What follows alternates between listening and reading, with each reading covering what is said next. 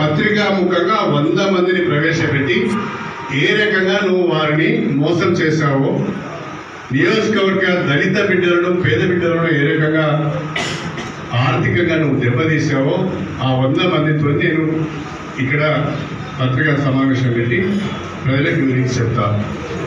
వాళ్ళు చెప్పింది విన్న తర్వాత మరి నువ్వైనా కనీసము ఇక లాభం లేదు, చాలా నీచ పనులు చేశాను, చాలా అవినీతికి పాల్పడ్డాను, నా దళిత బిడ్డలు కూడా మోసం చేశామని నేను కాస్తంతైనా మనిషి అన్నవాడు ఉంటే నువ్వు రాజకీయాల నుంచి తప్పుకోవడానికి సిద్ధంగా ఉండాలి అని నేను కోరుతున్నాను.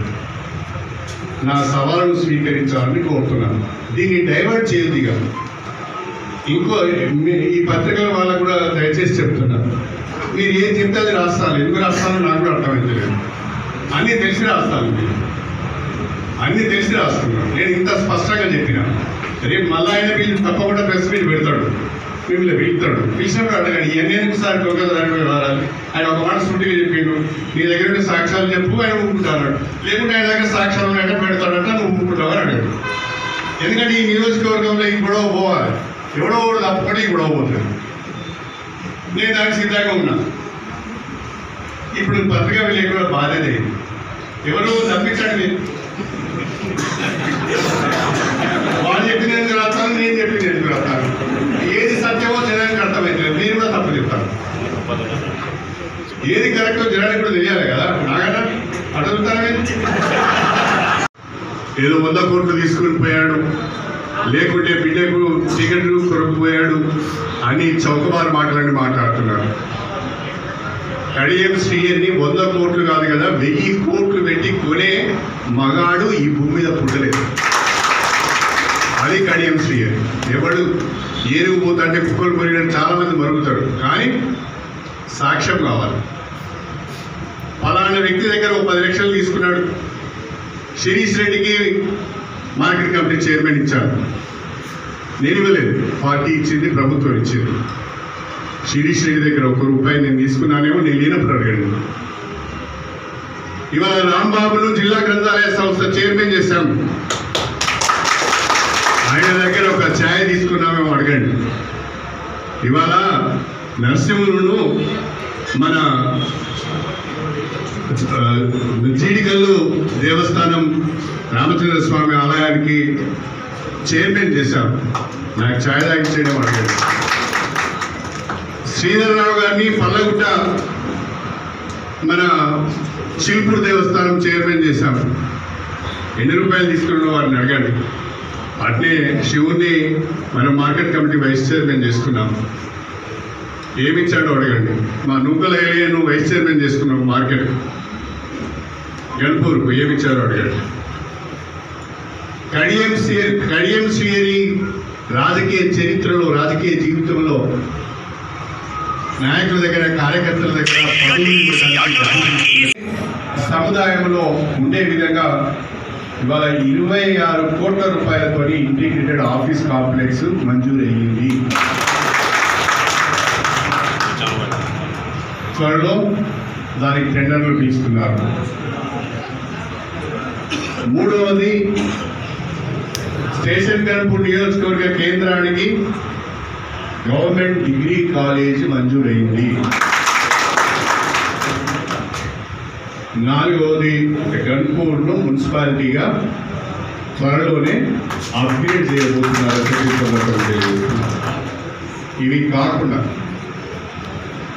నీటిపారుదలకు సంబంధించి మన గణపురం నుంచి నవాబ్పేటకు పోయే కాలువ నవాబ్పేట వరకు మొత్తం కూడుకపోయి ఉన్నది. నవాబ్పేట రిజర్వాయర్లో నీళ్ళు పోవడం లేదు. దాని లైనింగ్ వర్క్స్ కూడా 150 కోట్ల రూపాయలు రేపు మాపో జీవో వస్తుందని మంజూరైంది అని చెప్పి సందర్భంగా తెలియజేస్తుంది. నష్కల్ నుండి పాలకుర్తికి పోయే ప్రధానమైన కాలువ, జఫరేడ్ చెరువు నుంచి వెళ్ళే ప్రధానమైన కాలువ కూడా అది కాంట్రాక్టర్లు వదిలిపెట్టి వెళ్ళిపోతే మళ్ళీ మంత్రి ఉత్తమ్ కుమార్ దగ్గర సమీక్ష పెట్టించి దాన్ని రివైజ్ ఎస్టిమేట్ చేయించి శాంక్షన్స్లో రాబోతున్నాయి. ఆ పనులు కూడా త్వరలో ప్రారంభం కాబోతుంది. నా సవాలును స్వీకరించాలని కోరుతున్నాను. మళ్ళీ ఎక్కడో కొంతమంది ఉన్నారు ఆ పనికిరాని వాళ్ళందరూ ప్రెస్ మీట్లు పెట్టించు ఇదంతా పని చేద్దాం. ఇక నేను కూడా పెట్టియా, నేను కూడా ఎవరితో ప్రెస్ మీట్లు పెట్టియా, నువ్వు కూడా పెట్టియాకు. నువ్వు నేనే ఇవి ఈ 2 విషయాలు నేర్చుకుందాం. మళ్ళీ డొంకదారుడు వ్యవహారం వద్దు. ఇక డొంకదారుడు వ్యవహారం తప్పించుకునే ప్రయత్నం చేస్తే ప్రెస్ వల్లే రాయాలి, పారిపోయినా రాజేయాలి. ఒకవేళ కడియం సీఎం తప్పించుకుంటే పారిపోయిన కడియం సీఎం రాయాలి. మీకు ధైర్యం ఉంటే రాస్తారు కదా, చూస్తాయి. వారం రోజులు నాగన్న రాస్తాడా, లేకుంటే మా తమ్ముడు శేఖర్ రాస్తాడా, ఎవరు రాస్తారో చూస్తాడు. ఈ గణేష్ పెట్టాడు ఒకటి కనుపూర్ గ్రూప్ అని వాడు మాట్లాడి పెడతాడు, నేను మాట్లాడి పెడతాను. అది ఏది కరెక్టే ఏమి తెలియదు, ఎడిటింగ్ ఉండదు. మరి పెట్టవచ్చా లేదా, దీని యొక్క వార్త ఈ వార్త నిజం ఉన్నదా లేదా అని కూడా చూడదు. వార్త మీ క్రెడిబిలిటీ కూడా, రాజకీయ నాయకుల క్రెడిబిలిటీ కాదు, పత్రికా విలేకరుల క్రెడిబిలిటీ కూడా ఎప్పుడు పెరుగుతుంది అంటే మీరు రాసే వార్త యొక్క నిజం ఉన్నప్పుడు. వాడు పిలిచిండు రాసినాం, వీడు పిలిచిండు రాసినాం అంటే ఏం రాసినాం అర్థమైందా నేను చెప్పింది. లేకపోతే మీరు ఒక రోజు రండి, నేను మీకు క్లాస్ తీసుకుంటా ఎట్లా చెప్పాలి ఎక్కడ రాయాలి అంటే వేరే తమ్ముళ్ళు కాబట్టి చెప్తున్నాయి అనుకోకండి. ఎందుకంటే ప్రజలకు కూడా వాస్తవాలు తెలియదు. అంతే నా కోరిక ఏంటి అంటే, నా విజ్ఞప్తి మీతో ఏంటి అంటే ప్రజలకు వాస్తవాలు తెలియదు. ఏ వార్త పడితే ఆ వార్త ప్రచారం చేయాలి. మనిషి క్రెడిబిలిటీ కూడా చాలా ముఖ్యం. ఇక్కడ వచ్చేవారు బండ బుద్ధులు తింటాడు, ఇక మీరు దాన్ని రికార్డ్ చేస్తారు, ఆ బండ బుద్ధుడు అంటే పంపిస్తారు, అట్లా పంపించదు. కాబట్టి మీ అందరూ మా విలేకరులు చాలా ఏళ్ళ నుంచి నాకు పరిచయం ఉన్న వాళ్ళు అందరం కలిసి ఈ అనవసరమైన ఆరోపణలు, ప్రత్యారోపణలు, విమర్శలు జోలికి వెళ్ళకుండా ఒక 2 రోజులు చూస్తా. రాజయ్య రెస్పాండ్ కాకపోతే నేను మాట్లాడతాను. ఆ తర్వాత నా దృష్టి అంతా నేను నియోజకవర్గ అభివృద్ధిని పైన పెడతాను. దయచేసి కాంగ్రెస్ పార్టీ కార్యకర్తలందరూ కూడా నా విజ్ఞప్తి ఏంటి అంటే, రేవంత్ రెడ్డి గారి పైన, కాంగ్రెస్ ప్రభుత్వం పైన, కాంగ్రెస్ పార్టీ పైన రోజు 2-3 పేజీలలో విమర్శలు వస్తున్నాయి.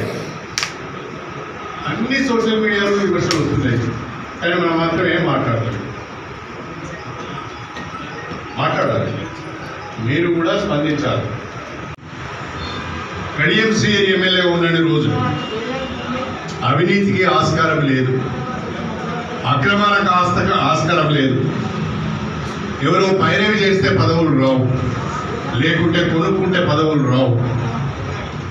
అది మీ అందరితో సంప్రదించి, మీ అందరితో మాట్లాడి, అవకాశాలను బట్టి, మీకు పరిస్థితులను బట్టి మీకు తప్పకుండా అవకాశాలు వస్తాయని చెప్పి నేను ఈ సందర్భంగా మీ అందరికీ సవినయంగా తెలియజేసుకుంటున్నాను. స్టేషన్ గన్పూర్ నియోజకవర్గాన్ని అభివృద్ధి చేయాలి, అభివృద్ధిలో మరొకసారి కడియం శ్రీహరి మార్క్ చూపించాలనే తపనతో నేను పనిచేస్తున్నాను. ఈ సందర్భంగా గౌరవ ముఖ్యమంత్రి గారికి హృదయపూర్వకంగా నేను కృతజ్ఞతలు తెలియజేసుకుంటున్నాను.